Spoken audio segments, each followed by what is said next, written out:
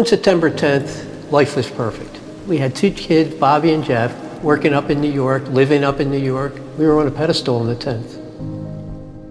I was having a lot of fun. I guess the only sort of downside was that I didn't get to see my mom too much. You know, it's just being a kid, you want to be out doing stuff, and like I said, she was commuting to the city every day. I was not in a good place in my life on the 10th of September. I had spent some time with Frank, and that was the good part. On the 10th, I'm on the beach, obviously with my mum and my wife and 2 kids. They were probably 6 months, 18 months at the time, so you're doing stuff like you do, playing, you know, in the sand, building sandcastles, and just, you know, enjoying that time. And, you know, that's how we kind of imagined the rest of the holiday would pan out.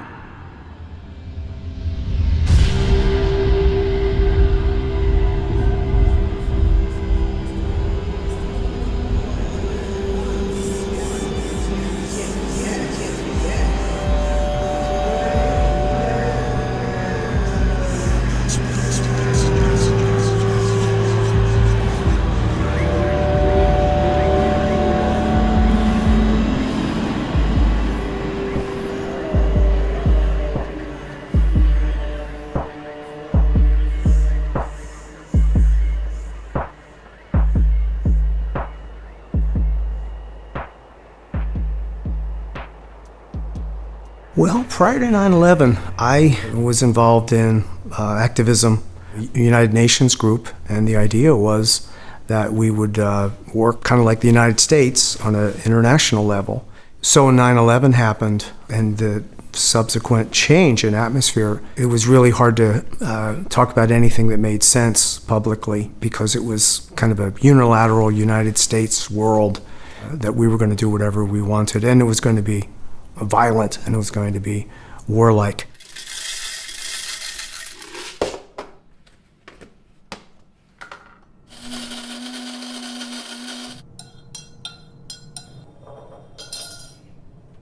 My name is Robert Griffin. I'm a psychologist, and I went to school at Penn State and Marywood University in Pennsylvania.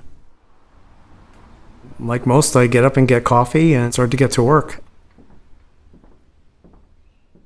Some people go through the trauma of the loss and the violent death, and then also go through the trauma of finding out that things aren't as they seemed, or that there's problems that hurt in other ways.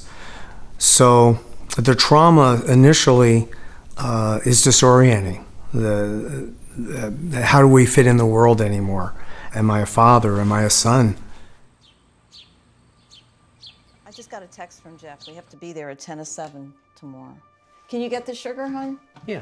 Did I put in enough water? Yeah, I'm good. I left some in there from earlier. When you have a child die, it's a very tough event for families. Some people do pull together. It depends a lot on who they are before it happened, and they seem to be made of the right stuff to be able to support each other and to stay as a family and also enjoy their grandkids. One day at a time, right? Yep. Okay, I guess the best thing is to text Jeff back and tell him that you'll go with Zoe and I'll go with Danny. That's great. Yeah, that works. Yeah. I'd rather travel to Schuylkill that early in the morning than in the afternoon, that's for sure. Both of us will get to see Yeah. see the kids. I don't know what the scene is, but that's Jeff and Bobby there. It's a good friend of mine. I just went to his gravesite. It's been years since I wore a wedding band, and now, because we got these at our 50th, I want to wear it all the time. Do you know when I lost the first one? I have it in my drawer. You still have it? I found it, yeah. Here's Jeff and Bobby. I forget what this was. Probably he was in Princeton or just had left Princeton. He left Princeton in '97. And this is, of course, Bobby, I'm sure it's at Princeton. I don't know if it was part of graduation. And then that's why it's hard to leave. We have so many memories here. And we called this a starter home, right? Yeah, we started and ended. We started and ended. This is down Cape May. Might have been the last weekend we saw Bobby. This was his fiancée, Jen. That's right, they weren't engaged. Jeez. And they were to be engaged that following week. He hadn't given her the ring when he died. It's such a great photo. It's probably the best photo of him. They used to share a room, but as Bobby got older, he wanted his own little room. Of course, we've revamped it. There was a bed here. This was June 21st. Bobby just loved to write. Phenomenal writer. And just to give you an example, when he went to when he was in third grade, I just never forget this. I forget the teacher's name, but we were sitting there after the interview. Of course, he was doing great in class and all that. But all third graders seemed to do great. But she said, "Let me tell you something, Bob. Though I'm telling you right now, save your pennies." She said, because this kid's going to Harvard or an Ivy League school. Little Bobby. Bobby was on the right here with Helen. It's just hard to believe, though. I mean, when I look at those times and think about Bobby as a little boy, it's so painful to think he's not here. He's in New York. He's fine, because that's where I left him. I see him as a little boy, and then he's gone, and it's almost like a little bit of like guilt in there. Like I wasn't able to keep him alive.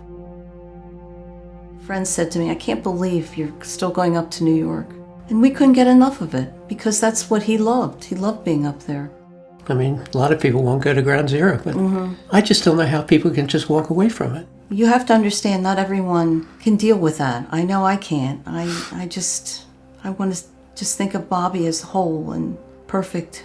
I don't know. That's what's bothering me about people, that they can't look at what happened that day. You can't judge other people by what you're doing. This is your journey. This is your way of going through the tunnel to get to the other side. You need to do this. I couldn't go. Why can't you do it? It's not going to bring him back. It would be wasted time to have me in the position you're in. It seems Thank God you do it, though. It seems like I'm almost ordained to do this for some reason, because I know you feel that way. Because no one does it. She's stuck in the marriage. She's stuck with Bob, and it's obviously painful. And she does what she needs to cope and to basically survive. When it gets more morbid and you describe certain aspects of it that I can't handle, I think it's time for me to just let you talk, so I think I'll do that. Excuse me.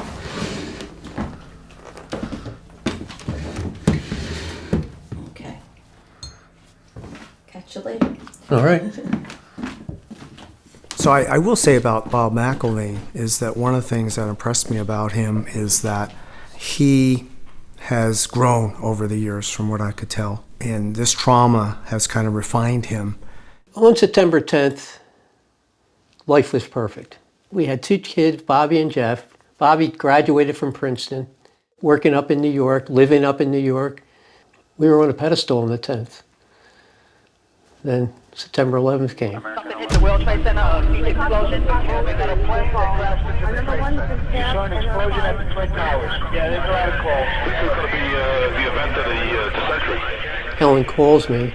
The tower's been hit. She still wants to turn the TV. I had turned the TV on, and then she called and she said, I can't get a hold of Bobby. She immediately called him, and there was no answer. But of course, we didn't think anything was wrong, because he worked at Merrill Lynch, was right across the street from the towers. He was in work, and I said, look, I have to leave. It's really bad, Mary. It's very bad. Did the building collapse? Yeah. Oh my God. The whole building? I don't know if it's the whole building. I'm so crazy about it. So Merrill Lynch, of course, we were talking to Merrill Lynch immediately, and I went up there to look for him. And there was so many people down at Ground Zero walking around the area just looking for people. I think we called we found out where he was. He was at the coroner's, okay? But I don't know if we found out right there. He said, they had a wallet. That's how they found out. We had the wallet. In fact, I got the wallet right here. This is a biohazard thing. I don't think you can see. I mean, I've had it open many times, but this is a biohazard.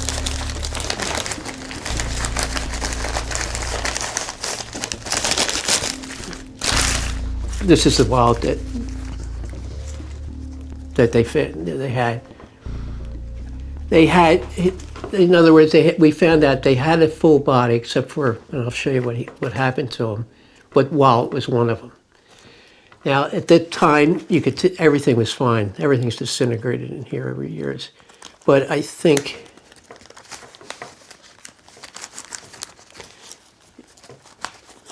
they had Bobby's license. And Helen went up to the dentist, and they actually got x-rays. Helen brought the x-rays down, and it was a match. So the next morning, we took them home. And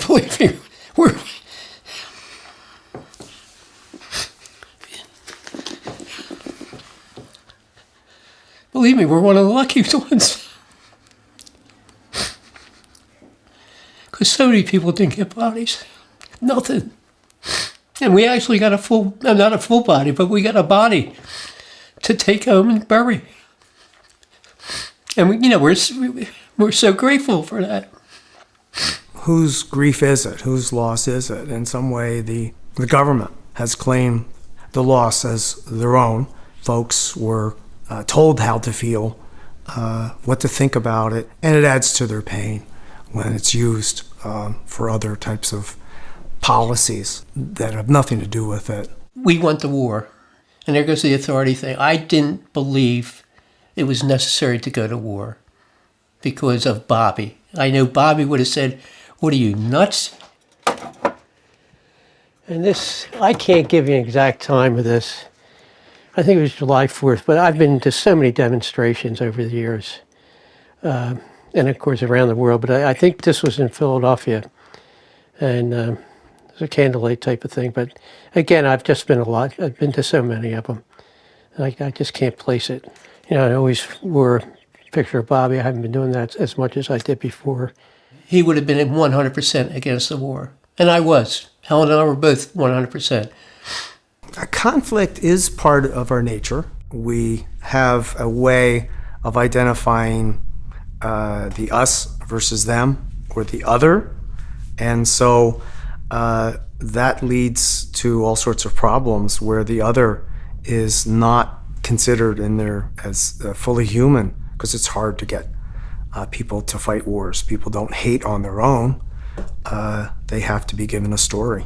Like when I got arrested down in Washington, D.C. after protests, maybe I didn't want to go to jail, so they arrested us, took us away in a paddy wagon, and then paid the fine. But everyone agreed to that, so not some people were getting arrested, so forth and so on. But so I can't tell you. I would think that would be the first big protest, because Helen and I were doing the Peaceful Tomorrows, and with that we did the protest with Peaceful Tomorrows. And I actually went to the commission hearings thinking that we would actually get something done. I kept that hope alive. But Condoleezza Rice on August 6th, and she just bullshitted the whole time. I mean, even the commissioners were getting so frustrated with it. But see, in those hearings, each person that's asked a question, they couldn't go on for 15, 20, 25 minutes to grill you. Listen, Condoleezza, you're not telling us anything. Let's get to the facts here. But no, they get 5 minutes, and she filibustered through it. And I just started, I said, I won't say it right here, but, MF this, is no good sons of bitches. And Canadian Broadcasting, they heard me, so they wanted to hear this. And from there, I just changed direction. That's when I decided, well, I'm not going to do Peaceful Tomorrows anymore. I'm just going to talk about what happened on 9/11. Hey, my man. Hey, Bob. How are you?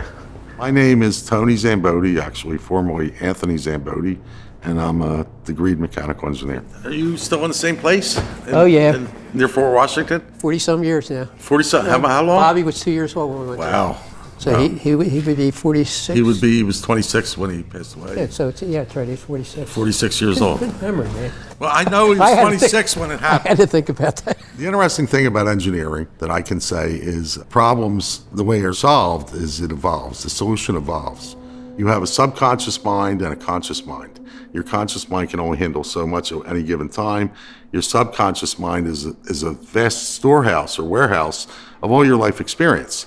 And what happens, you hear the old expression, sleep on it? That's the way difficult problems are actually solved. And if there is a solution, it'll come, it'll evolve, it'll converge. And that's why engineering's fun to me, because you're thinking about things, you're trying to solve this problem. and you're musing or mulling it over. And sort of that's, even with 9/11, that's the way it worked with me looking at these buildings. Imagine myself in the basement of a large skyscraper in these huge concrete encased columns, and like a parking garage or something. How did it just completely give up the ghost?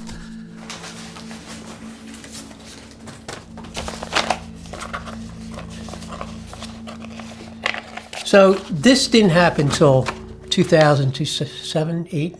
I really didn't have the guts enough to go up and find out exactly what happened to him. Okay? So this has been sitting there. And of course, the first thing we get is a picture of what happened. All right, now this is how I started coming out, finding out, what I feel happened to him. So we didn't know for sure. A lot of people thought, family members thought that maybe he jumped. His friends said that no, he was running away from the building and he got hit by falling debris. Bob's a decent guy. He didn't, who wants to have their 26-year-old son killed in that kind of fashion where, his body is partially destroyed? In this, his right arm's missing, okay? In this, from his nose down, his entire face is missing. Okay, so in other words, everything was blown, his eyes are missing, nose, everything is blown out. Back of his head is intact, but, there's some fractures, okay? And all the wounds to his body were from the front. No Right. wounds on the back, right? Right. So that would indicate explosive force. Can I just read you something? And it's taken a long time to get to the point where I am right now. But the story of 9/11, this is coming right from the 9/11 Commission hearing. They spent 2 lines talking about what happened to the buildings. A jet fuel fireball erupted upon impact and shot down at least 1 bank of elevators. The fireball exploded onto numerous lower levels, including the 77th, the 22nd, the West Street lobby, and the B4 level. You expect us to believe this fireball came down and then exploded. What explosions are caused by rapid release of energy from a confined substance. The fireball's not confined. Ground floor, the lobby, flowers, things, they weren't singed or anything. I have documentation that he was found outside the building. This was before the buildings came down. Well, but when they picked him up, he was outside the building. Right, but the building hadn't fallen yet. Is that true? No, of course not. He Right. He was one of the first ones. Well, how you can tell when the report on him, he had rigor mortis hadn't set in, so that's when you can really tell. I know when. So it's probably less. He got to the coroner's less than 2 hours after he died, less than 2 hours. And what happened? I think what happened is Bobby was walking in and decided to go up to the floors, and I think he was hit as he was trying to walk in. Because of the nature, his whole face was just blown off. He lost his arm and he was blown out of his shoes.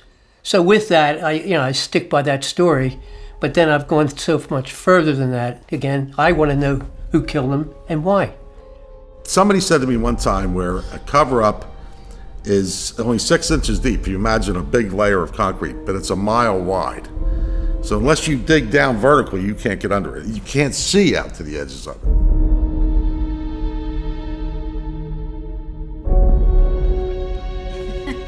We're up to, in 3 minutes, you're doing another 30 seconds. Or should we just ruin his tea and take it out now? It's true though, it does make a hell of a difference. There's no point doing squeeze 30 seconds. You'll get an absolutely rubbish cup of tea. I'd like most of this to be edited out, please. My name's Maureen Lucille Campbell, and I live in Hassocks, West Sussex, about 8 miles from Brighton. And I've been retired for many years, since I was 55, 21 years ago.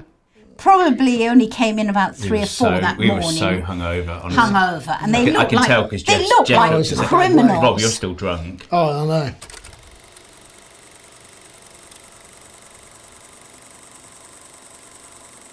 Well, the 3 boys, I'd say different in a number of ways. We've got Matthew, the eldest.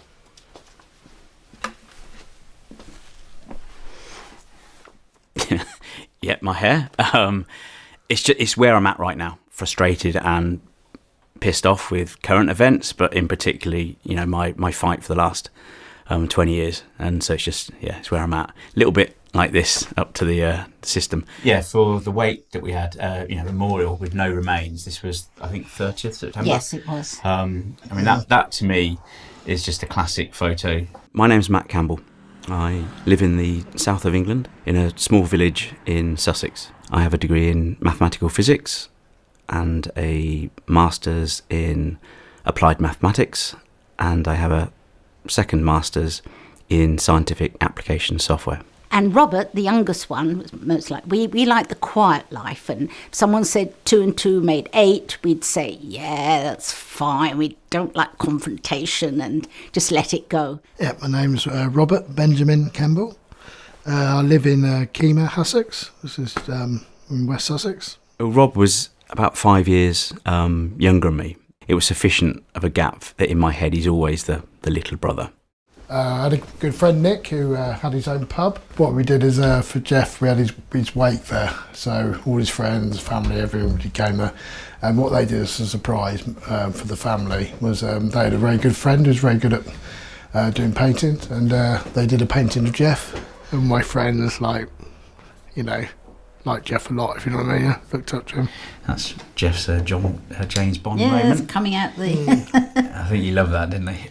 Outgoing, very sort of smiley, lots of charisma, good nature, generous spirit, always, good at listening and making you laugh. He's 4 years older than me, so there's a bit of a gap, but we always looked up, to Jeff more than Matt. Sorry. He was a bit of a nerd. Both Matthew and Jeff really had their dad's brains, really clever. Robert always said the youngest, the store of brains ran out when it was his turn to be born. Both, finished uni. So Jeff finished, I think, a year before me. And he started to travel, and he definitely kind of switched from, I'm going to work in a bank, because I think he realised the trading route wasn't going to happen. And just basically became a specialist. His area was risk. With that, Reuters, who he eventually ended up working for, had products that worked in that space. This is Caroline. They went up to London and took photos. Phoebe's christening, isn't it? Yes, that's a little church where we actually had the memorial. Quite a glamorous shot of them. And they went up to London. I don't quite know where he is there. I think it was early 2000. Worked for a client in Manhattan for 6 weeks, 8 weeks, something like that. I can't remember. So staying really close to where Jeff lived. And he'd just met Caroline, I think, the previous year, and I think he was looking at getting an apartment with her. I mean, it was that serious, that quick, which, I said he'd had relationships before. It was quite fast, and so very quickly, it was obvious that this was very serious. I guess he'd been working for Reuters for at least a year, maybe longer, and he was looking to, I guess, put his roots down. I mean, it was very clear he absolutely loved New York. Well, I'm fanatical about keeping all these documents, so I just had a quick look through to see what we could dig up. I met Matt originally back in 97, 98. We were both working on the same project. Matt was working for one of the suppliers. Matt's brother, Jeff, was working for Reuters. We had an idea that we would need a North American, New York-based office, and Jeff was interested in leaving Reuters and helping us set that up. In the weeks and the months prior, we'd obviously been talking with him, and Henry in particular, just sorting out the structure of the proposed company over in the States. But he'd actually come to England at the end of August, the August bank holiday time. Did his usual thing, rushing around the country, seeing family, friends. Well, we worked in a very small niche industry of specialists, and there was a whole ecosystem of industry press and industry conferences. And there was one coming up on September the 11th that was going to be at the World Trade Center. So it ended up being that Nick and Jeff would go to the conference, and I ended up staying in London. Meanwhile, Matt was on holiday in Lanzarote. I'm on the beach, obviously, with my mum and my wife and 2 kids. They were probably 6 months, 18 months at the time. So you're doing stuff like you do, playing, in the sand, building sandcastles, and just, enjoying that time. around lunchtime or just after, I'd been exchanging emails with Jeff about, who he needs to meet at the conference and stuff like that. And I recall getting an email from him where he literally said, "Okay, Henry, I gotta go. I'm gonna be late for the conference." That may have been the last email he ever sent. So I was at work and just on the computer on the internet, and then we started hearing about what was going on at the World Trade Center. Phoebe, who was only 6 months old, was just struggling to settle. All my kids have loved just being pushed around in pushchairs and buggies. Gets them to sleep most of the time, so you do what any parent did, and Mel took her off the beach this time and was just basically walking up and down, please sleep. My understanding is that she saw the televisions there, which suddenly would show the towers and what was going on. One had been hit.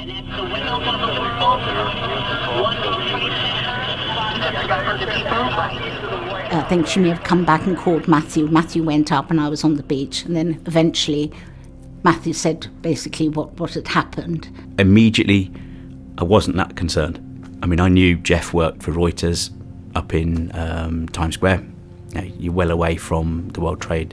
Not long after, I was basically, I think, someone in the office told me, I think it was Henry, or told me that basically Jeff might have attended the meeting. I remember calling Henry from this public payphone.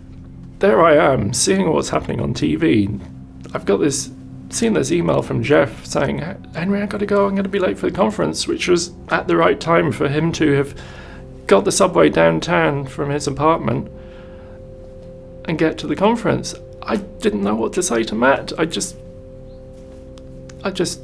mumbled something. I'm not sure what I said, but I didn't tell him that, "Hey, I know your brother's in the building."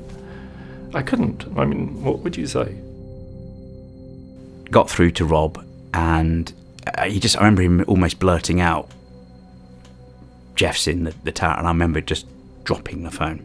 He'd spoken to Caroline, and it became very clear that Jeff had headed down to the conference and was at the top of the North Tower, which obviously by this time had collapsed. 2 came down, and 1 just came down now, on firefighters and cops. Really bad, you're gonna have thousands dead. I remember Mum just a gasp. I mean, she knew. I mean, she's always said that she felt he died. I just had that feeling that he was no more. So that was the day where that American guy was dissolving into tears in our office, and my diary entry simply says, at the end of the day, WTC tragedy.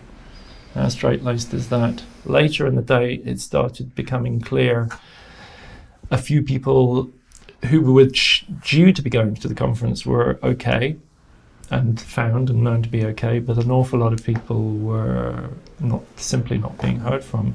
And Nick responds saying, "Nothing we can do, I'm afraid. People here can't even find out if husbands and wives are okay."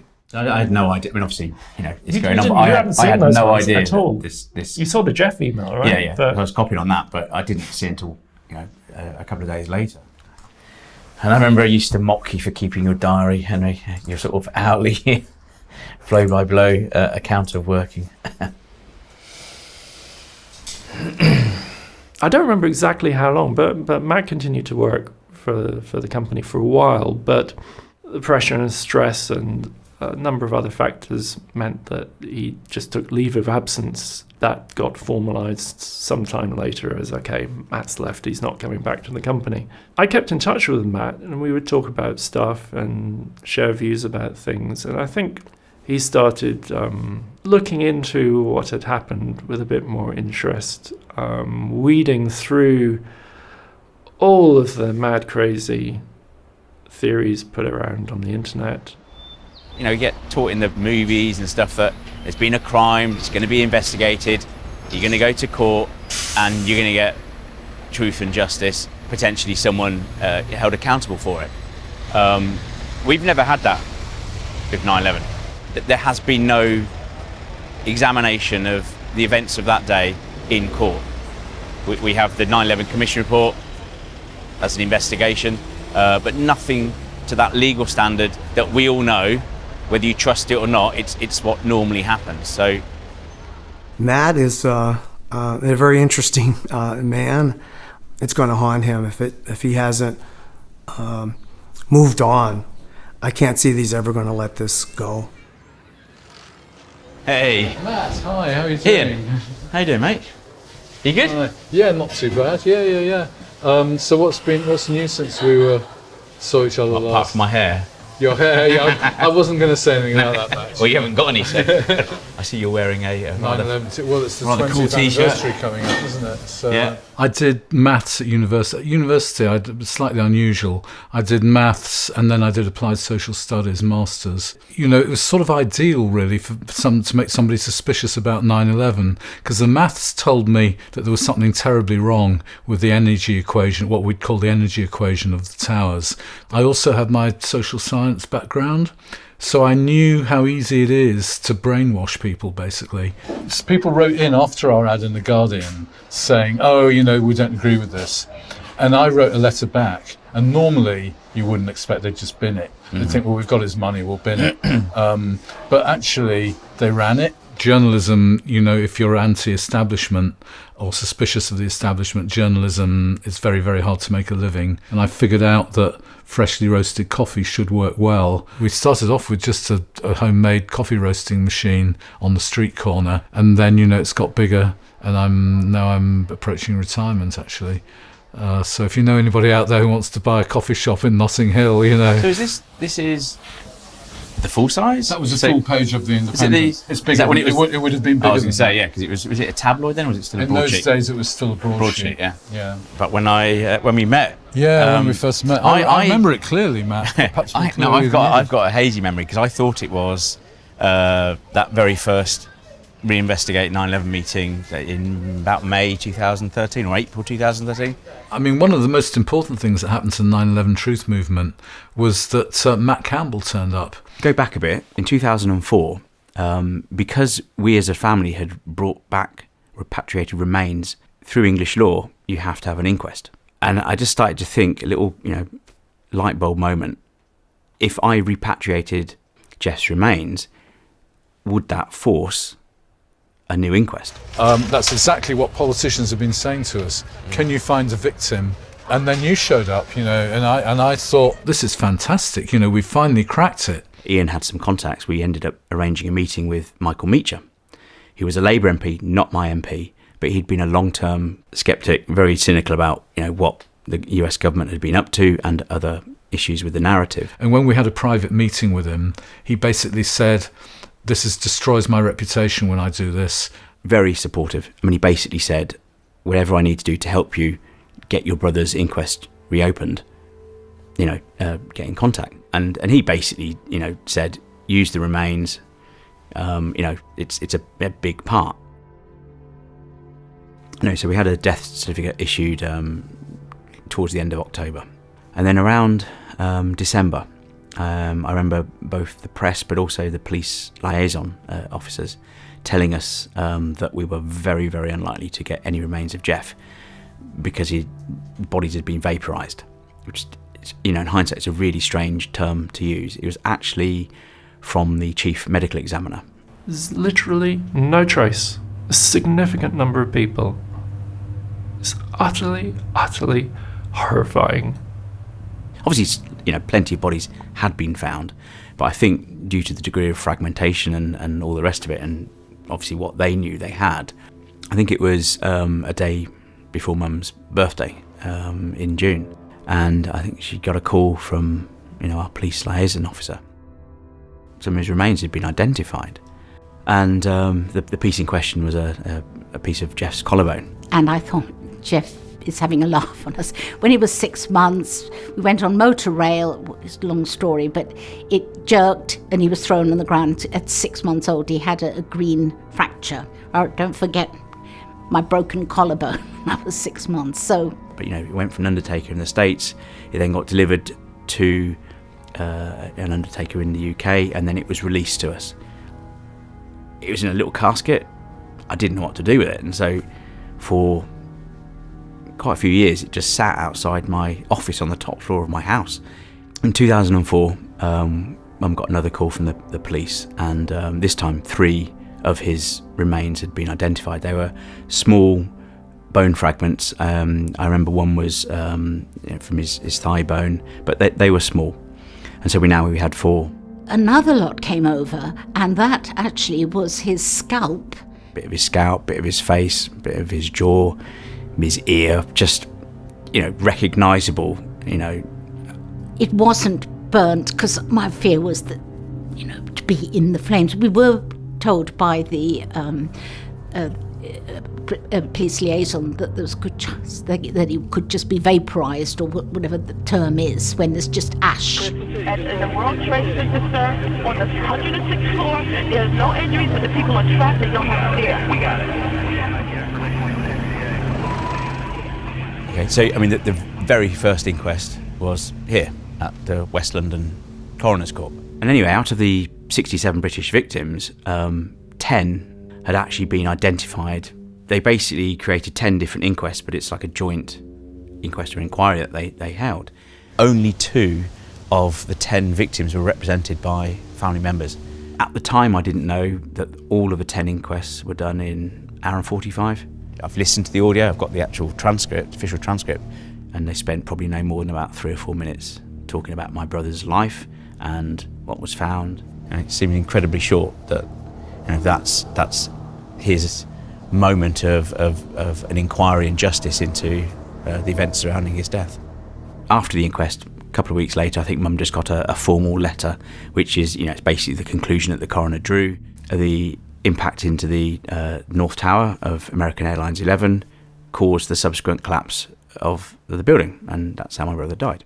The inquests were held at a time when all the families would still have been in a stunned disbelief, inability to accept all the different psychological states that you're in. So it's like, get this done, sweep it in under the carpet, close that chapter, move on. 8 years ago, my brother had an inquest here, and didn't attend. And it's kind of weird standing outside the building now that possibly, hopefully, within 2 years, I'm actually going to be inside that building attending his reopened inquest. So if all things were considered, it's not political, it's not anything else, it's just purely looking at the evidence and the new evidence and the lack of inquiry into that evidence. So much new information has come to light since the inquest, notwithstanding Jeff's own remains, which weren't available, and witness testimony about what happened on 9/11. Yes, I would like that to be submitted and the Attorney General to make a decision on that. And I think really with all the information that we have, I think it should go through. We've got way over what's required to basically get the authority granted by the Attorney General. I'm sure Matt might have more faith in British justice, but I'm afraid I'm pretty cynical. But if you don't try, you don't succeed. So I'd say an awful lot is down to the luck of the draw as to whether Matt goes before an individual who cares about the facts. There's absolutely no reason in law why Matt shouldn't win.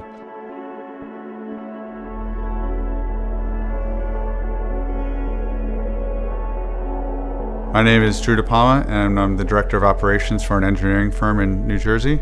My mom, Jean Caviasco De Palma, was killed in 9/11, and she was in the World Trade Center Tower 1. I write this letter to support the application of the Campbell family and briefly to explain why I believe that further investigation into the cause of the collapse of World Trade Center 1 is not only worthwhile, but necessary, because the ruling that the towers collapsed due to fire makes them the first and only skyscrapers in the world to do so by that cause. The first and only of anything deserves extreme scrutiny, especially given the cloud of doubt surrounding all the events that transpired before, during, and after that 9/11 day.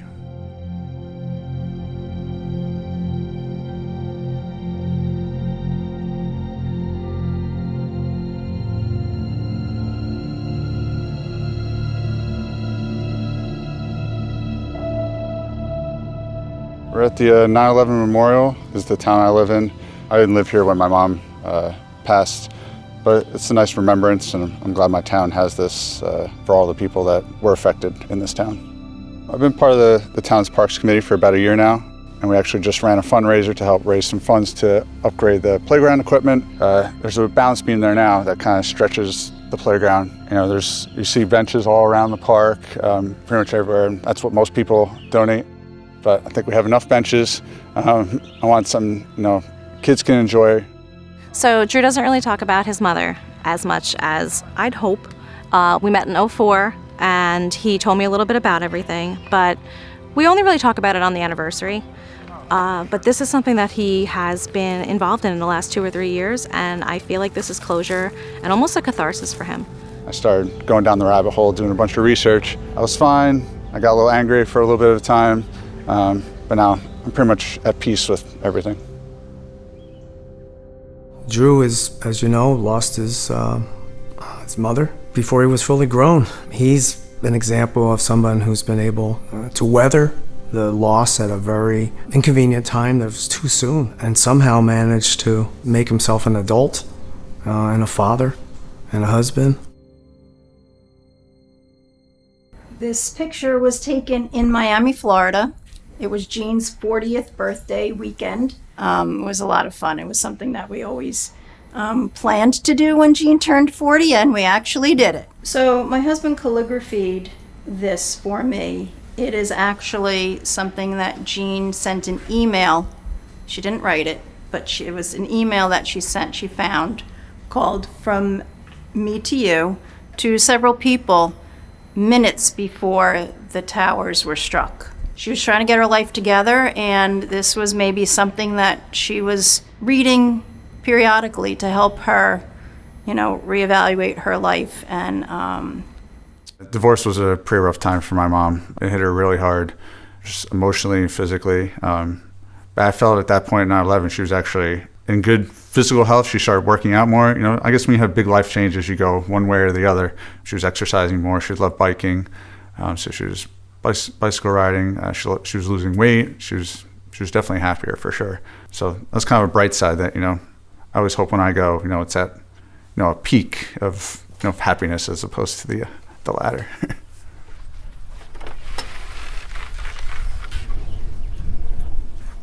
We got chickens in this past year.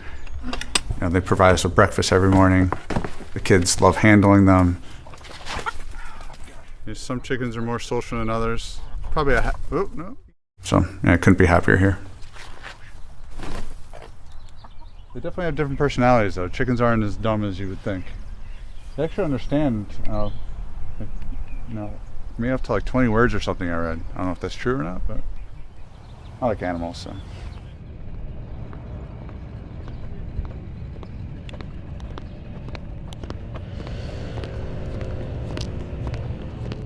so Jean's name is right here. She works in the city. She's usually out of the house before I even woke up because I drove myself to school at that point. And then she didn't get home usually till late. And when she came home, I was out with my friends. And then maybe we saw each other for dinner. And then I'd be out till whenever. She was probably asleep by the time I got home. Being a kid, you want to be out doing stuff. And like I said, she was commuting to the city every day. I had not seen this memorial before, and I was surprised how immense it is. And exactly from what I read, points right to where the towers stood. We got plane crash into World Trade Center. You aware of that? A crash into the World Trade Center in Manhattan? World Trade Center in Manhattan. Just another normal work day. Dropped Marissa off at my parents' house and got to work.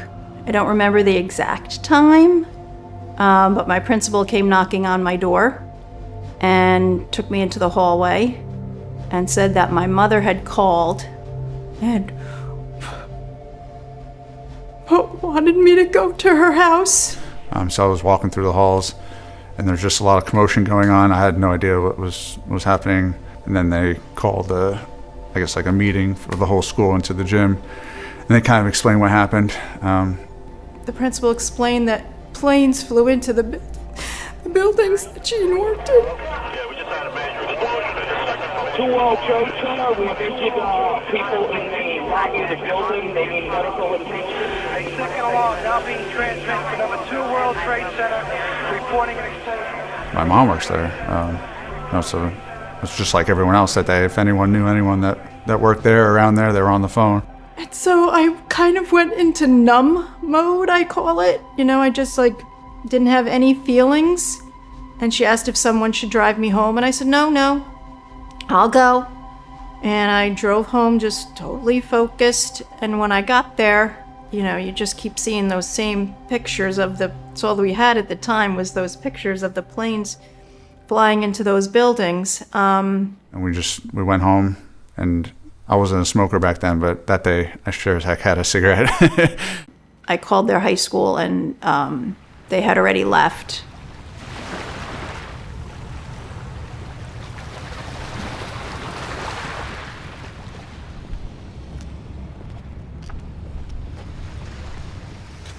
I have not been up there. I've only been to the memorial inside, and I've been to the waterfalls, but I have not been up into the tower. You know, because after 20 years, you come to a place in your mind where you're, you know, not necessarily at peace, but you've kind of, me personally, I've kind of put it in its little pocket, you know? And then every once in a while, something happens, or you know, someone says something and it kind of brings you back to a little bit of that place where you don't always want to be.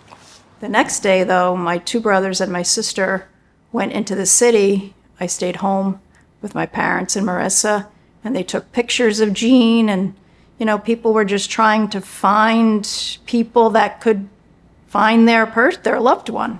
Nothing was ever found of my mother, so I had nothing to go on as far as physical evidence for her personally. And I was probably the most optimistic person in my family. I was like, she's going to come out of it. You know, we'll find her. Eventually, even like weeks after that, and even years after, I was like, who knows? Maybe she was at a coma or she wandered off somewhere. I think with a weekend, my uncle, who's her brother, pretty much, he analyzed where she worked, where her office was. She was on the 100th floor, and there was no way that she could have. He just didn't want me to like hold up false hope. He pretty much gave it to me straight. It's like, the chances of her making out were pretty slim. So that was pretty disappointing to say the least. He could have let me hold on to some hope. But no, I always like people to give it to me straight. Like to do that for other people, so I expect the same in return. I mean, I have to say, when I'm with my niece and nephew, Drew and Jamie, Jean's kids, it's a comfort. She's there. I mean, she's everywhere, but she's there with those kids. I went to the 10-year, memorial when it was 10 years ago. Didn't really do anything for me as far as helping me grieve, because I've already, done that. So I don't need to go to any physical space to look at that horror again and again and again. I kind of just deal with in my own way, by myself or with my family or whatever it happens to be. But yeah, I'm not interested in doing those things. The 10th anniversary was enough. It's just amazing to me that, and I know that's the whole crux of this whole thing. Like, how does that just, how do those buildings perfectly fall, So yeah, it just strikes me as odd that 3 buildings within, a couple hours of each other all fell down. So it seems like something else was going on. And Drew is a man on a mission right now. He wants all the answers. There's a lot of stuff that, didn't get analyzed correctly, in my opinion. I mean, if they had done your job, I probably wouldn't be here now, shooting this documentary and trying to help get a new investigation. I think we owe, as a country, we owe it to the poor people that have passed away and their families and the world to find out what really happened here, because it's not just a, planes hit, book closed kind of thing.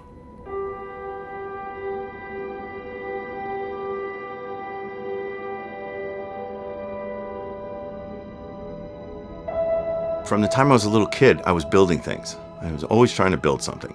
My mother used to say, if it can be taken apart, Bill will take it to part, because that's what he does. He wants to know how things work. He pulls things, and I pulled a lot of things apart. My name is Bill Bernier, and I am an architect. I've been an architect since 1984, but I've done architecture all my life. You know, I grew up right around here, and here in this house, and I must have built 20 forts in the woods. And the last one I built, I think I was 15 years old. It was framed properly. It was completely wired for electricity. I used barbed wire to run electricity from the house up to my tree house, which was 100 yards up in the woods. I applied to Pratt. I got in. That January, I moved down to New York. I went to Pratt. And it was interesting because when I got there, the World Trade Center was under construction. And from my dorm out in Brooklyn, you could see the two towers coming up. The World Trade Center buildings, each building was compared, somebody from the New York Times, I think, said, the World Trade Center looks like the box that the Empire State Building came in. But it was fascinating. They were always lit up, even at night, and there was cranes on top, and there was such activity. So it was fun, we got to watch that go up. Little did we know what was waiting for us in the future. What's striking about Bill is that even though he lost his best friend and went through some tough times, he was fortunate enough to be able to pull out of it. Not everybody does. I met Frank. I met Frank DeMartini at Pratt. He was one of the first guys I met. For some reason, I just fell in with him, and the two of us really, really hit it off. We were popular in the community. Lots of people knew us, and work just came out of the sky. We had lived through the bombing of 1993, which was actually Frank's entry into the whole realm of the World Trade Center. Frank kind of walked me through what that damage was and how robust the structure of the building was. There were redundancies beyond belief. He was a big fan of the History Channel, and he said, why hasn't there been a history of the World Trade Center on the History Channel? That should be, there's got to be something. So he, I can't remember the woman's name, but he contacted this woman, and they worked and worked and worked, and they finally produced it. The building probably could sustain multiple impacts of jetliners because this structure is like the mosquito netting on your screen door, and the jet plane is just a pencil puncturing that screen netting. Wow. Good to hear his voice. When he made that statement, he was working for Leslie E. Robinson, one of the designers, one of the structural engineers who designed that structure. Believe me, Frank was as bad as me when it came to understanding how things work. So I know he had many conversations with Leslie about how the building went together, how it was designed, to withstand all manner of loads, of dynamic loads. That's what they call a plane hitting the building or a wind hitting the building.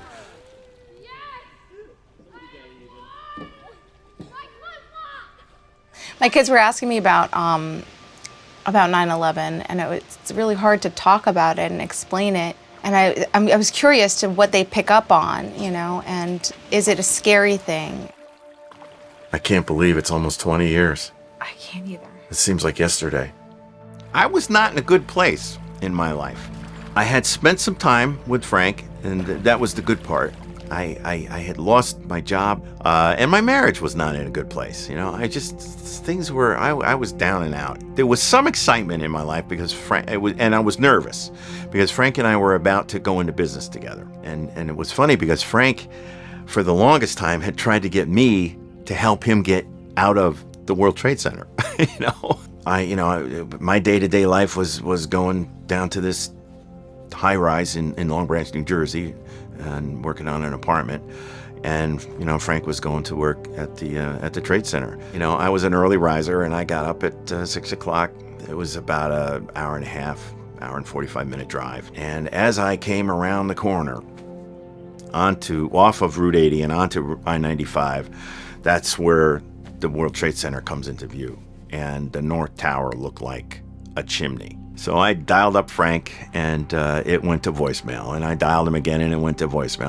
I couldn't get him. We were supposed to have dinner with Frank. I remember. The three of us. Yeah. we're supposed to have dinner. Our father-daughter dinner was going to be our father-daughter-uncle dinner.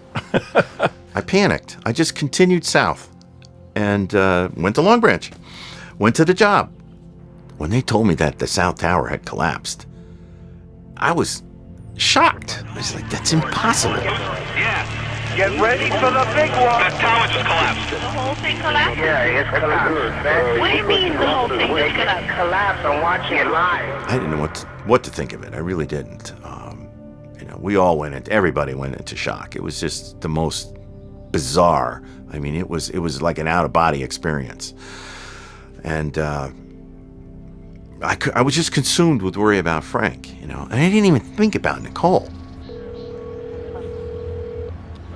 Hello, you've reached Nicole DiMartini. Please leave a message. Hi, Nicole. It's Bill.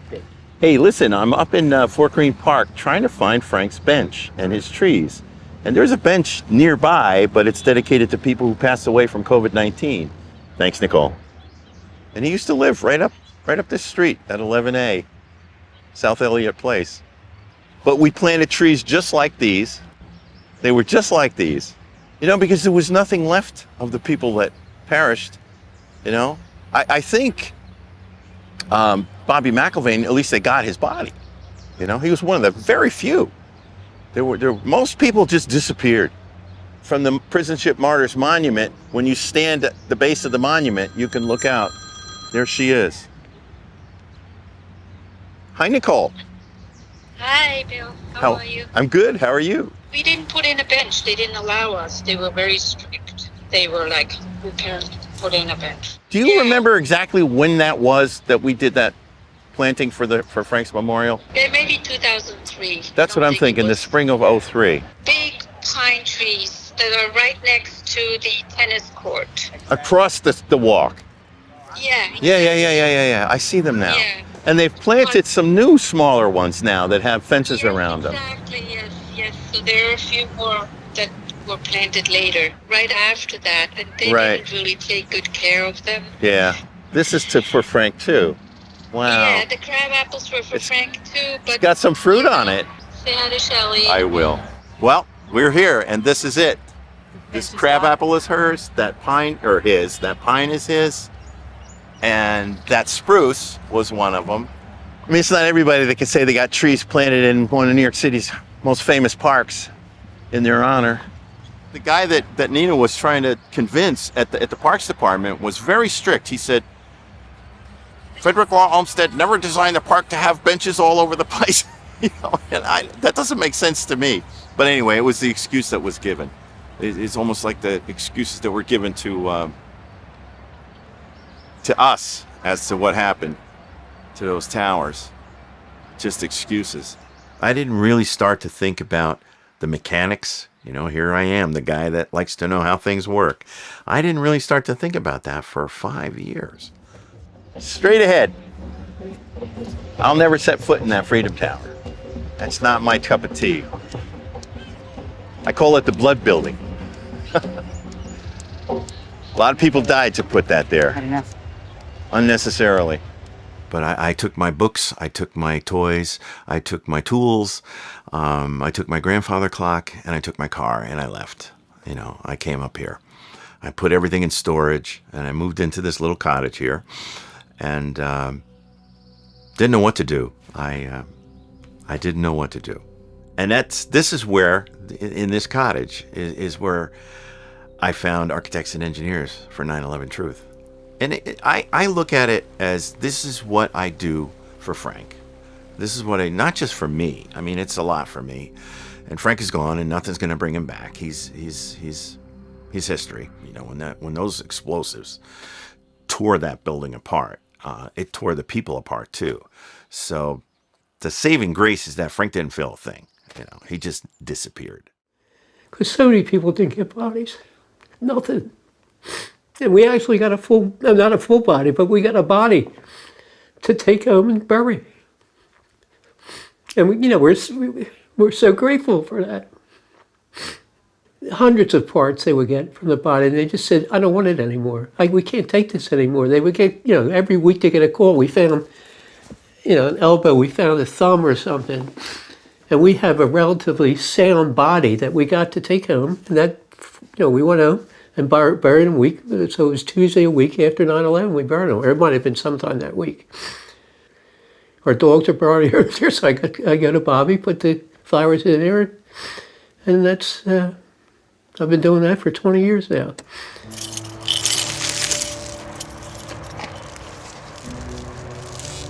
Oh, good, at least they just cut the place. They what? Yeah, I can tell, really. You just move it. Hey, Bobby. Like that, they cleaned it up for us around the edges. Yeah, usually they leave the grass there. He'd love the yellow and purple flowers. Yeah. All right, I'm going to go up and clean the bench. All right. I'm just going to sit. Not one cleaning, you're not sitting. Yes, I'm going to sit and just think about Bobby. Clean away. Just get this stuff out. Where are those stones from? Well, it's the same, mostly from, Ground Zero and Japan, but I've added stones. I know this didn't come from Japan. We would have never been able to carry it. We did 2 stone walks. I think we did maybe 3 stone walks. One in Korea, Nagasaki to Hiroshima. We pushed a 2,000-pound stone. And on the way, we're talking about anti-war. That 9/11, we think war is the wrong decision. The Buddhist monks, pushed with us. Now we're talking days at a time. I mean, talk about how friendly you can get after days. I mean, if I was a religious person, I would become a monk tomorrow. All right. Now, can we sit for a minute? Yeah, you can sit. You're going to stand? No. Okay, we did it, Babalu. It looks beautiful. Look at the flowers. So it's got like some? yesterday or 1,000 miles back, 1,000 years back. Seems like 1,000 years. Yeah. Sometimes it feels like yesterday afternoon. What is not considered often is the other victims of 9/11, like the 30,000 soldiers that were involved in the war since 9/11 who have killed themselves, the 7,000 that have died, and all the people that are handicapped and disabled, as well as all the first responders that are getting sick and dying. That's America's world. Well, there's the answer. So America's got to change. America's got to grow up. The people of America have got to grow up. They've got to get out of this "they would never" mentality. If they would never, then they would never lie about the environmental impact of 9/11, causing upwards of 70,000 9/11 first responders to become sick and dying. This government is more than capable of anything. Anything. That's why I've gone into history. History is so important to me because we've been doing this bullshit forever. And we're saying that we're leaving Afghanistan, but how many mercenaries, how many thousands are we still leaving there? It's disgusting. I mean, we've been dealing with these people. We've dealt with bin Laden for 20 years. Then suddenly he becomes, in 98, becomes the boogeyman, the bad guy. The people that were in Iran-Contra, Lee Hamilton, in 92, 93 had hearings on it, and he dismissed everything. He got it off the books. And guess what? Who's leading the 9/11 Commission? Lee Hamilton. So if you put all these together, it's bad news. It really is bad news, and it's a horrible, horrible cover-up. That was presented to the world as the definitive account of 9/11. First of all, they only answered 30% of the family's well-researched questions. There's so many things. Of course. By choice, by design. And that keeps us discussing back and forth. Exactly. Which is why I can't say definitively that I know what happened on 9/11. I couldn't tell you one way or the other what happened to those buildings. That is where the majority of the people were murdered that day. There are family members that still question how those buildings came down, and as long as it's an important question to them, it will always be an important question to me. I want to find, and I spent so much time talking about how he died. And the thing is, I'm sick of getting emotional. Okay, I really am. And I really want to talk about who the hell killed Bobby. We had nothing for Jack? Yeah, well, I guess I could grab a Gerber Daisy out of there. But okay, let's go. All right? Yeah. All right? All right, Babalu. Love you. See you next week. We went to a psychologist immediately. He said, but look at it this way. Just put a silver dollar or a $50 in front of your eye like this. okay? And he says, that's right there. It's in your face and it's going to stay in your face. But eventually it just starts moving away. And as that moves away, then you just can see over here, you can see over here, but it's still there. But eventually it moves further out. Then you can see this way, you can see this way, but it's still there. And eventually it keeps moving out, and it's the truth. We can laugh now, we have fun things, but it's always there. How to respond to West Street, because we got some very badly burned victims in one building, one in the lobby. West Street? Yeah, West Street side. Okay. All right, thank you. Hopefully we just sort of drop out, because I don't want to sit and argue with people. I just think it speaks for itself. Obviously he's dead, right? So, I have this. And then, so a doctor confirming and not confirming it, it doesn't mean anything to me. A medical professional, I might say you're a medical professional, I come up to you and say, this is 9/11. They'd probably be scared to death to say one thing or another.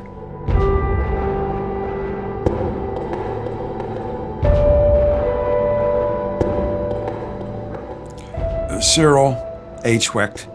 I am a forensic pathologist and a medical legal consultant. I was the coroner of Allegheny County, Pittsburgh, and 129 surrounding municipalities for 20 years, 2 separate 10-year periods. Since 1957, I would estimate I have performed about 21,000 autopsies.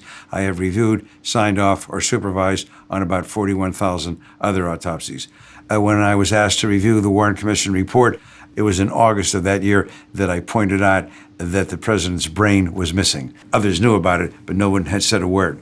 And so anyway, these are the things that I do, all of these consultations and these autopsies, and then occasionally, the major national controversial case. Black belt, blue box, abrasions. Much of the face is marked here as missing. They could block everything except the lower face is blocked off. Unfortunately, they don't describe the remaining portion of the skull to permit me to determine whether it looked like that which is missing had blown off as opposed to having been crushed. Most of head, yeah, I'm right, absent most of head. So what is it that the father wants to know? Okay, and the body was found when? He was found shortly after the North Tower was struck. And he was in front of, near the lobby, entering the lobby. So he was found. Well, then it had to be from some kind of an explosive effect. Normally the way it works is if you have a family member that's murdered, you call the police and the police do an investigation. And you trust the authorities to be thorough, to care, and to want to get to the truth. And you don't have to go petition. It's not the proper role a citizen should have to take as to force the government to do an investigation, but apparently that is what's required.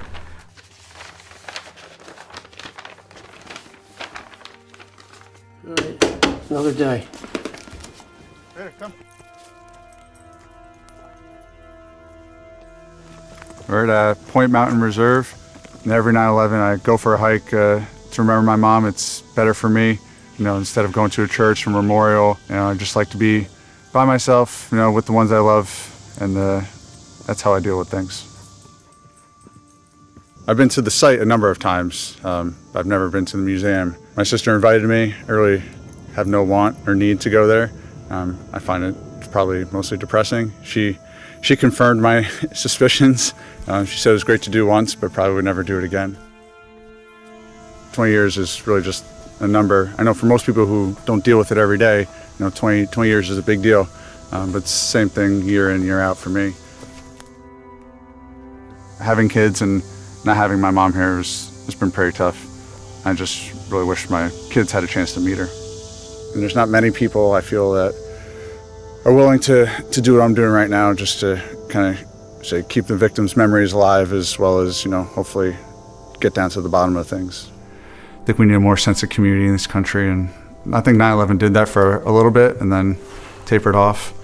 So as long as people start to think for themselves and just hold the ones dear to them close, and just have fun. Don't take themselves so seriously. I think the world will be a better place.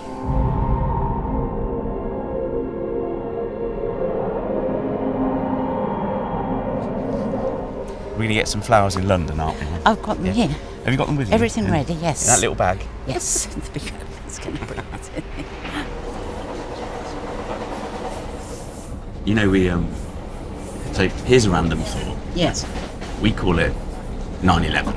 Yeah. But you know that's weird. I know. And in fact... But would you ever call it 11/9? It just... No.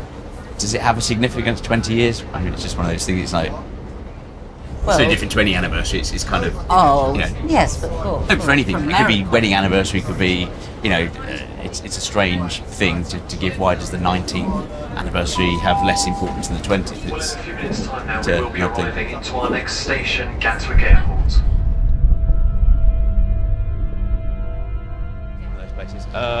Where's the queue? There is no queue. No, but I'm just saying... It's not a grave or anything. But I want to say that after coming for like 15 years, I stopped coming because... Why did you stop coming? Well, I stopped going after, I suppose, about 15 years because I felt it difficult because so many people have not had their loved ones identified, and we've had a number of things come over. I remember the flurry of emails and letters that were going around when this was being proposed and designed. Every year, from September 11th, for the first 15 years, I used to come. Hannah would arrange in advance whether you wanted to read out a family member, but you sometimes had to read a couple of other people, depending on how many came. Is this and that's really lovely. Can you read that, Mum? Time is too slow for those who wait. I'd like to lay our roses here, if we could, yes? Okay. Put one down from Rob, and then I'll do Dad's and ours, yeah? Yeah. I can't quite reach it, can you, Matthew? Oh, here. Always I'll be in your heart. Don't forget my soul is near you, and so we'll never be apart. And this is from your friends at Rhys Waters, which is rather poignant. That's where he was on that fateful day. Keep that on my sideboard, next to Jeff's picture. Where is it there's supposed to be a remnant of... it's the metal, isn't it? Yeah, it's part of the metal. So the memorial stone is carved by hand and includes an extract from the American poet Henry Van Dyke. Underneath it, preserved in resin, lies a section of the steel girder salvaged from the World Trade Center. Yes, I knew it was. I thought, and it would be in that top part there. Should dig it up, test it for explosive residues. All right, Mum, should we head out? I think so. Yeah? I'll go get my bag. And I think it's gone walkabout. With me, I mean, obviously I grieve by Jeff. But I thought, well, Jeff wouldn't want me to see me in the corner crying all the time. Yes, I just thought, well, I want Jeff to see that I am going on with life and I am continue to be the happy person I always was and am, so that's what helped me through. I know Matthew and Robert had a lot of struggles, but that's the way that it is, because we're all individuals and we deal with things differently. When it takes decades to get some semblance of justice, it's always through the never-ending fights that it just seems so wrong that family members have to pursue in order to get some sort of justice. One of the things that I've always personally found to be quite striking is the degree of fragmentation of the remains. The title of this report is Human Identification Following the World Trade Center Disaster, Assessing Management Practices for Highly Fragmented and Co-mingled Human Remains. So out of the 2,600 odd who died at the World Trade Center, there's 22,000 fragments. Medical examiner personnel were initially caught off guard by the degree of destruction and fragmentation of the recovered human remains.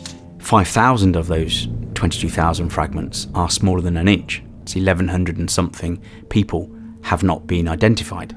That's huge. You can't even fathom. Jeff's remains no more than 2-3% of his body. It's actually the last remain identified in May 2013. This fragment that's still in New York was actually given a location. It's just south of the North Tower. It's between 18 and 41 meters away from the South Tower.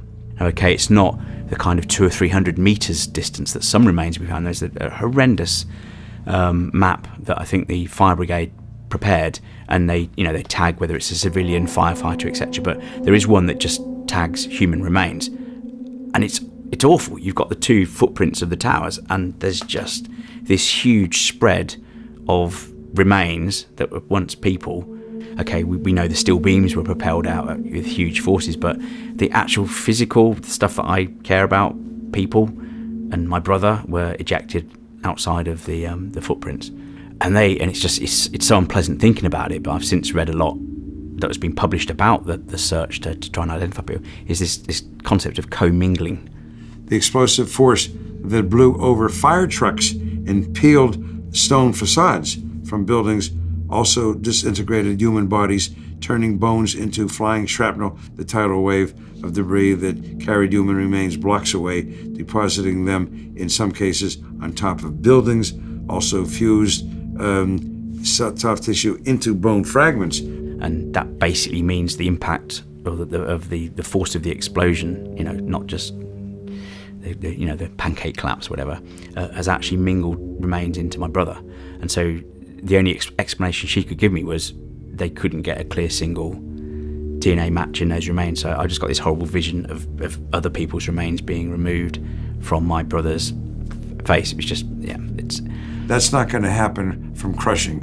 A building collapses and 2 or more people are crushed.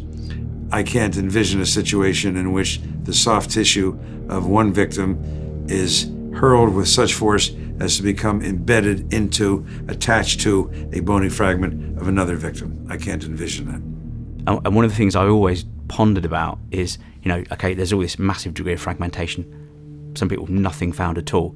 But you also had fairly large parts of people being found. I mean, there was one guy at the inquest, same floor as my brother, 86% of his body was found. I'm not going to say who it was, but he was one of the 2 family members that actually bothered attending. I mean, there you go. But he's just there going, I don't understand why, because everyone kept being read out, small fragment, small this, 2%, and he's sitting there going, how? And for me, the unpleasant conclusion I've drawn is its proximity to explosives. So if you were very close to the explosives, there's not a lot left of you. That's something I've always, thought about, although it's quite a dark topic to kind of touch on, or thought to have, even. This is a strange situation. I hope that the architects and engineers and others who have studied this horrible tragedy and who have expressed their opinions will be given the opportunity to testify in public. I hope that happens, and I'm amazed that it has not yet happened. I've been holding a vision in my head of standing outside this building after successfully getting the authority from the Attorney General. It's not the coroner's court, but it's that important step after the Attorney General. Exciting is the wrong word, but it's like, we're actually at this point right now where I know that, myself and, Mum and hopefully Dad and Rob will be going up to London and actually submitting this to the Attorney General.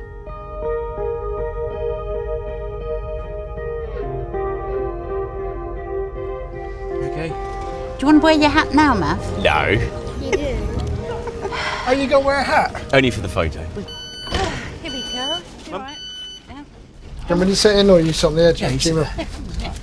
Let's assume that the Attorney General grants his authority. An order will go to the High Court to quash the original inquest and to open a new one. The High Court typically sides with what the Attorney General has decided. Right. So, we're hopeful that once the Attorney General says yes, grants his authority, it should be a formality for the case to be pushed to the West London Coroner's Court. The question then would be, after the court case, how I feel then. And it's been hard work over a year to get everything together to actually come to this day. A couple of weeks before the 20th anniversary is a massive achievement. I went to the Reinvestigate 9/11 meeting that was being held in London, and it was the first time I was actually interacting and actually seeing people who were like me, didn't believe the official narrative of what we've been told. So yeah, I mean, because in the early days it was really just me. Of course, I mean, I yes, yeah. started going slightly insane in the early years, you know. Anyway, I was still dealing with depression, and you know, I basically had a huge eureka. I just felt I was able to actually go public properly and, you know, I guess talk about stuff. And I was kind of inspired by the speakers that were reinvestigating 9/11. I thought, well, I can surely do something because I'm a family member and, you know, I lost someone. You know, I think that all of us together as applicants, you know, it helps the case, I guess, to a certain extent. Hi, we want to go to 54 Doughty Street. Doughty Street. An EVDV, that's Henry. The place is like a ghost town, and it goes all the way back. They have a lot of space, so if you want to get a meeting room there, I'm sure. We're waiting for Ian Henschel to turn up. You know, you can't predict the future, but this could be the moment that changed everything. You know, I'm not 100% optimistic about that, but it could be. If you don't even try, then you've lost to start with. So, and how much Matt's tried. I mean, this is just like Matt's day today. Well, today's the culmination of a lot of hard work by a lot of people. Where it goes beyond here, who's to say? We'll find out, I guess, in probably a few months. In this box, we have just shy of 3,000 pages. This is a cover letter to the Attorney General.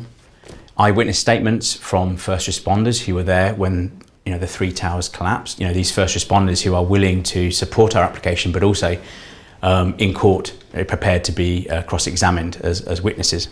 Yeah, I'm hopeful that we can actually change the verdict of what caused my brother's death, that it was explosives that ultimately killed him.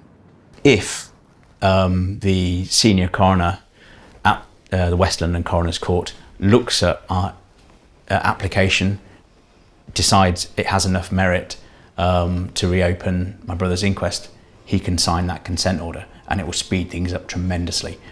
And, you know, we could be talking months instead of years to actually get this stuff into court. When I looked at Jeff's remains, you know, for me, I wasn't really looking at my brother. I mean, for me, the physical form, the 3D form of Jeff has gone. That doesn't mean he's not, you know, in the stardust and around us all the time, you know. Yes, well, this is one of my favourite photos of Jeff. If you can see here that he's got his blue spotty tie, and after Jeff had died, we went back to the flat, and I asked Caroline, I'd love to take something back of Jeff's, and I asked if I could have his spotty tie, but he called it his lucky tie. I like to think of happy thoughts of Jeff. I know there's a lot of sadness and that, but yes, I like to go forward thinking it could make a difference.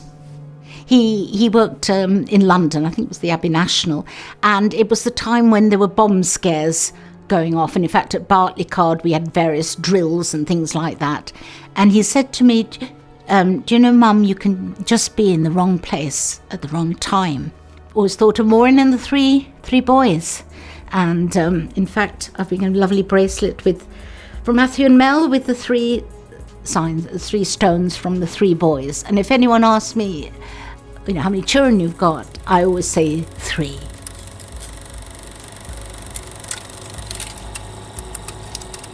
I think you should be proud of all your efforts, and Jeff. Yeah. Hope so. Sure, Dad is too, in his own way. Do I have hope? I think at this stage it's too premature for me to be thinking too far in the future. You know, the application has been submitted. Where it leads after that, I don't know. But I'm just pleased we're here. It's submitted, and we'll see what the future brings. My wife's always said she sees me. You know, visions of me outside the High Court, and we've got it there. She can't really see further than that, but she just has this vision. She likes me wearing a shirt occasionally, which I've done today. You know, she just sees me outside the court. You know, am I going to get a haircut? No, I'm going to keep my hair. It's growing on me. It'd be fun just to annoy Mum. You know, she prefers me wearing a hat these days. But no, I like my hair. It's still that a little bit towards the system and my frustration, but no, it's growing on me. I'm going to keep it.